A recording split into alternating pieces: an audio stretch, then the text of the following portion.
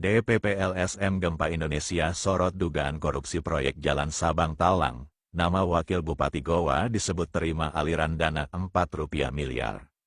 Kasus dugaan korupsi proyek pembangunan Jalan Sabang Talang di Kabupaten Luwu Utara tahun 2020 kembali memunculkan babak baru dalam persidangan yang digelar di Pengadilan Negeri Tata Niaga Makassar pada Kamis, tanggal 9 Oktober tahun 2025.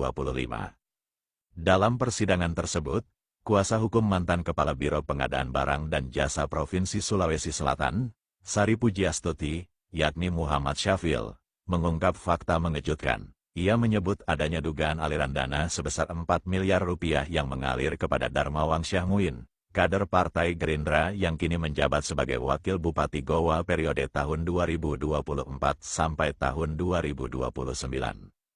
Menurut fakta persidangan, dana tersebut diberikan secara bertahap, yaitu Rp1,5 miliar dan Rp2,5 miliar melalui staf Darmawang Syahmuin dengan tujuan memuluskan proses pemenangan proyek.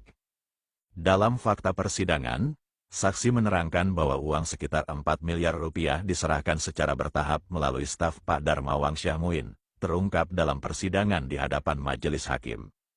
Sementara itu, Sari Pujiastuti selaku mantan pejabat pengadaan telah divonis 1 tahun 6 bulan penjara. Namun Jaksa Penuntut Umum, JPU, telah resmi mengajukan banding, menilai putusan majelis hakim terlalu ringan dan belum menyentuh pihak lain yang disebut menerima aliran dana.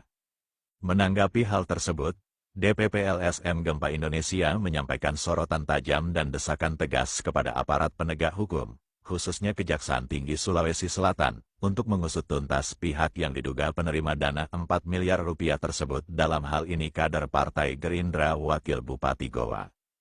Ketua DPP LSM Gempa Indonesia, Amiruddin SH Karaeng Tinggi, menegaskan bahwa pemberantasan korupsi tidak boleh pandang bulu, siapapun yang dapat merugikan negara harus diproses hukum. Kami mendesak Kejati Sulawesi Selatan agar menindaklanjuti fakta persidangan tersebut dan memproses hukum siapapun yang menerima dana itu. Tidak boleh ada tebang pilih.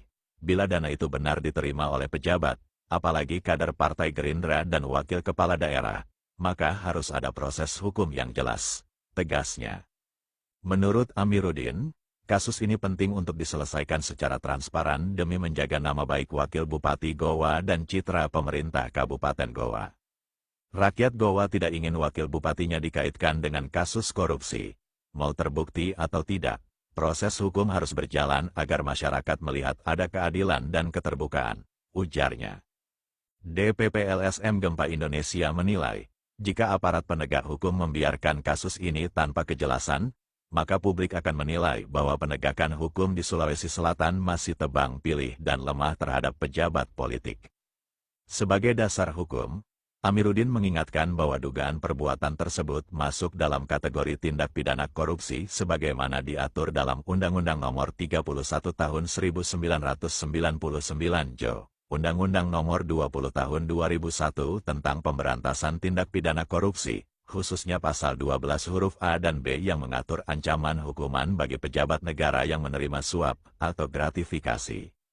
Kami berharap Kejaksaan Tinggi Sulsel berani bertindak tegas demi penegakan hukum dan nama baik daerah Goa, pungkas Amiruddin.